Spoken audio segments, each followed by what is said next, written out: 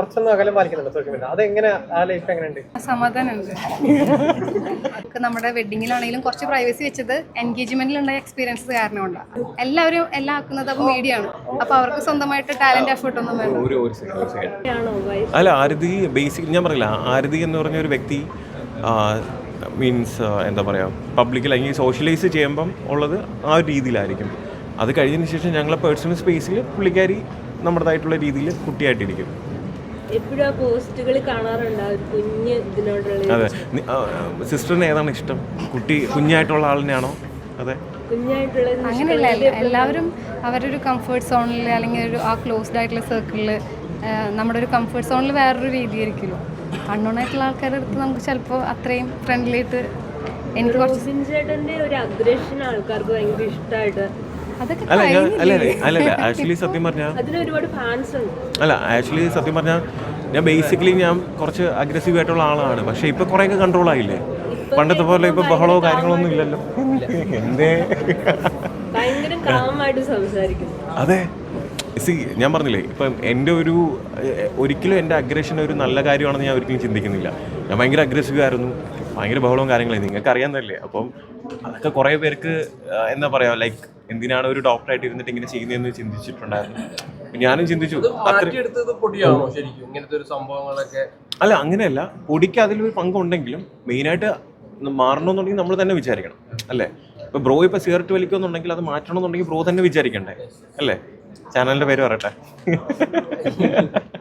Okay, so അതാ പറഞ്ഞ എൻ്റെ അഗ്രഷൻ ഒരിക്കലും ഇഷ്ടപ്പെടണമെന്ന് ഞാൻ ഒരിക്കലും പറയത്തില്ല. അത് കുട്ടികൾ ഒരിക്കലും അത് അനുകരിക്കുകയും ചെയ്യരുത്, അത് അക്സെപ്റ്റും ചെയ്യരുത്. അതെൻ്റെ ഒരു നെഗറ്റീവ് ക്വാളിറ്റിയാണ്. അത് മാക്സിമം ഞാൻ മാറ്റാനും ഇമ്പ്രൂവ് ചെയ്യാനും ശ്രമിക്കുന്നുണ്ട്. സോ ഒരിക്കലും അഗ്രഷൻ ഇഷ്ടപ്പെടരുത്, അത്രേ ഉള്ളൂ. ജെന്യുവിൻ ആയിട്ടുള്ള ഒരു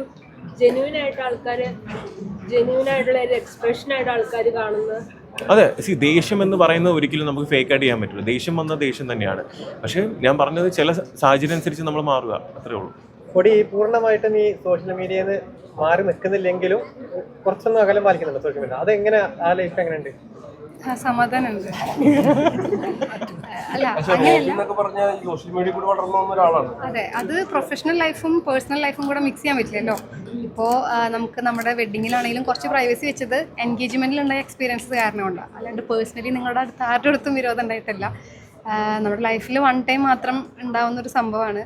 നമുക്കന്ന് നമ്മുടെ റിലേറ്റീവ്സും നമ്മുടെ ക്ലോസ് ആയിട്ടുള്ള ആൾക്കാരൊക്കെ വരുമ്പോൾ അവർക്ക് കുറച്ച് പ്രയോറിറ്റി കിട്ടണമെങ്കിൽ, അല്ലെങ്കിൽ വെഡിങ്ങിന് ശേഷമുള്ള ലൈഫിൽ കുറച്ച് സമാധാനം കിട്ടണമെങ്കിൽ എൻ്റെ എൻഗേജ്മെന്റിലെ എക്സ്പീരിയൻസും കൂടെ വെച്ച് നോക്കിയപ്പോൾ റോബിൻ രാധാകൃഷ്ണൻ എന്ന് പറയുമ്പോൾ തന്നെ റോബിൻ ആവാനുള്ള കാരണവും ആണോ?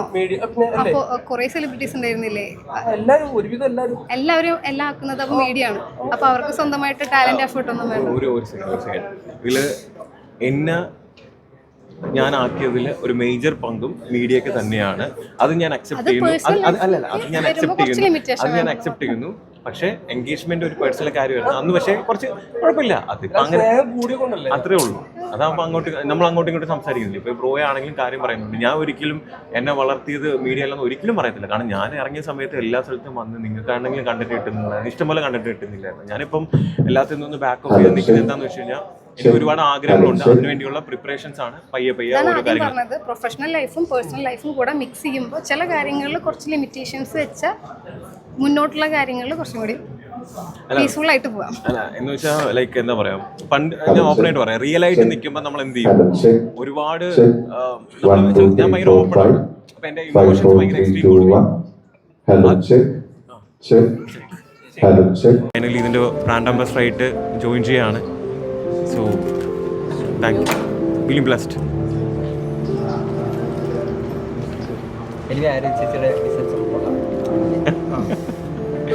ഇത് സൂരജ് എസ് കെ എന്ന് പറഞ്ഞ ഞങ്ങളുടെ ഫ്രണ്ട് ആയിട്ടുള്ള സൂരജ് എസ് കെ ആണ് ചെയ്തത്.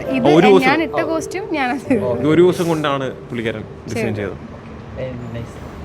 അച്ഛൻ്റെ ഇഷ്ടപ്പെട്ടില്ലേ?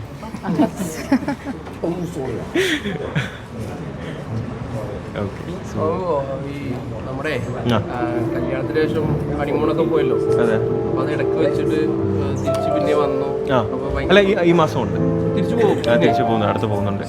ഡേറ്റ് പറയുന്നില്ല. അത് കാരണം ഞാൻ പറഞ്ഞില്ല, ഇടയ്ക്ക് വെച്ച് എനിക്ക് ന്യൂമോണിയയുടെ ഫസ്റ്റ് സ്റ്റേജ് ആയിരുന്നു. അപ്പോൾ ഒന്ന് റെസ്റ്റ് എടുത്തതാണ്. ബ്രീത്തിങ് ഡിഫിക്കൽറ്റി ഉണ്ടായിരുന്നു. അപ്പോൾ അതിപ്പോൾ കുറച്ചൊക്കെ കുറഞ്ഞു.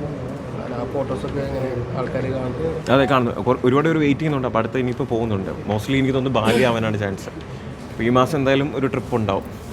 കുഴപ്പമില്ല. അപ്പം അയ്യോ അല്ല അങ്ങനെ അതെ, അങ്ങനെ കുറച്ച് കാര്യങ്ങളുണ്ട്. അപ്പോൾ അതും കൂടെ നോക്കിയിട്ട് നമ്മൾ പോകുന്നുള്ളൂ. സോ ഇപ്പോൾ അല്ല, എനിക്ക് പറയാനുള്ളൊരു കാര്യം എന്ന് വെച്ച് കഴിഞ്ഞാൽ പലരും സോഷ്യൽ മീഡിയയിൽ ഫേക്ക് ആയിട്ടുള്ള കുറേ കാര്യങ്ങൾ എന്താ പറയുക പ്രചരിപ്പിക്കുന്നതായിട്ട് കാണുന്നുണ്ടായിരുന്നു.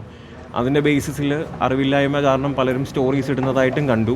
അപ്പം നമ്മുടെ ഗവൺമെൻറ് എന്താണ് ചെയ്യുന്നതെന്നുള്ള പല കാര്യങ്ങളും നമ്മുടെ മീഡിയാസ് പോലും കറക്റ്റായിട്ട് ആയിരിക്കത്തില്ല കൊടുക്കുന്നത്. സോ അതിൻ്റെ ബേസിസിൽ നമ്മൾ എന്തെങ്കിലും ഇൻഫ്ലുവൻഷ്യൽ ആയിട്ടുള്ള പലരും എന്തെങ്കിലും സ്പ്രെഡ് ചെയ്ത് കഴിഞ്ഞാൽ അത് സാധാരണക്കാരെത്തുമ്പോൾ അത് ജഡ്ജ് ചെയ്യും. ചിലർ അതിനനുസരിച്ച് പ്രവർത്തിക്കുന്നവരും കാണും. സോ വെറുതെ ജനങ്ങളെ മാനിപ്പുലേറ്റ് ചെയ്യാതിരിക്കുക എന്നുള്ള ഒരു റിക്വസ്റ്റ് ഉണ്ട്. നമുക്ക് സോഷ്യൽ മീഡിയ അല്ലല്ലോ, ന്യൂസ് ചാനൽ തന്നെയല്ലേ ചെയ്യുന്നത്. അതെ, ഞാൻ പറഞ്ഞ ന്യൂസ് ചാനലും അതാണ് ചെയ്യുന്നത്. എന്ന് വെച്ചാൽ എല്ലാ ന്യൂസ് ചാനലും അല്ല, പല ന്യൂസ് ചാനൽസിലും ഇതേപോലെ കറക്റ്റായിട്ടുള്ള ഡേറ്റ് ആയിരിക്കും, ഇൻഫർമേഷൻ ആയിരിക്കത്തില്ല അവർ പാസ് ചെയ്യുന്നത്. കാരണം ഗവൺമെൻറ്റിൻ്റെ കാര്യങ്ങളെല്ലാം സീക്രട്ടായിട്ടാണ് വെക്കുന്നത്. അവരെപ്പോഴും വന്ന് മീഡിയയുടെ അടുത്ത് വന്ന് പറയത്തില്ല. പക്ഷേ അഡ്രസ്സ് ചെയ്യുന്ന കാര്യങ്ങൾ പ്രോപ്പറായിട്ടുള്ള നമ്മുടെ എന്താ പറയുക ലേഡി കാനേഴ്സ് ആയിട്ടുള്ള കുറച്ച് പേര് വന്ന് പറഞ്ഞത് പ്രോപ്പറായിട്ടുള്ള അവരുടെ മിഷനും കാര്യങ്ങളാണ് പറഞ്ഞത്. അതേപോലെ ഒരു ഔദ്യോഗികമായിട്ടുള്ള ഒരു ഇൻഫർമേഷൻ പാസ് ചെയ്താൽ മാത്രം അത് നമ്മൾ വിശ്വസിക്കുക. അതിങ്ങനെ അവിടെ ഇത് ചെയ്തു, ഇതിങ്ങനെ നടന്നു, അങ്ങനെയൊക്കെയുള്ള കാര്യങ്ങൾ നമ്മൾ വെറുതെ സ്പ്രെഡ് ചെയ്ത് അതിൻ്റെ ബേസിസിൽ കുറേ പേര് എന്താ പറയുക സോഷ്യൽ മീഡിയയിൽ റീസെൻ്റ്ലി കണ്ടായിരുന്നു. അത് ആക്ച്വലി സത്യം പറഞ്ഞാൽ അറിവില്ലായ്മ കൊണ്ടാണ് അതിൻ്റെ ബേസിസ് അല്ലേ. ശ്രദ്ധിച്ചില്ല നിങ്ങൾക്ക്? ഞാൻ പേരെടുത്ത് പറയുന്നില്ല, കാരണം അതുവഴി അവർക്ക് റീച്ച് വെറുതെ കിട്ടണ്ടെന്ന് വിചാരിച്ചിട്ടാണ്.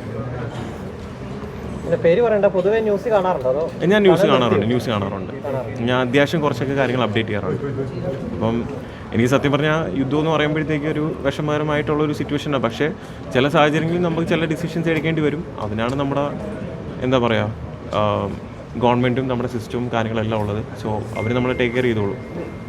ഈ യുദ്ധമല്ലല്ലോ നടക്കുന്നത്, നമ്മൾ ഡിഫെൻസ് ചെയ്തുകൊണ്ടിരിക്കുകയല്ലേ. ഡിഫെൻസ് ചെയ്യുന്നു. ഞാൻ പറഞ്ഞാൽ അതിലേക്ക് പോവാതിരിക്കാൻ വേണ്ടിയാണ് ഈ പറഞ്ഞ കാര്യങ്ങൾ ചെയ്യുന്നത്. സോ ഒരു മാല ഇതാണോ, ഡയമണ്ട് ആണോ?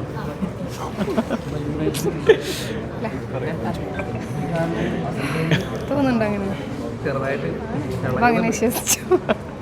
റോബിൻ ചേട്ടൻ കല്യാണത്തിന് ശേഷം ഡയമണ്ട് കൊടുത്തുന്നൊക്കെ അല്ലല്ല, റോബിൻ ചേട്ടൻ കല്യാണത്തിന് ശേഷം സ്നേഹം കൊടുത്തു എന്ന് പറഞ്ഞാൽ മതി.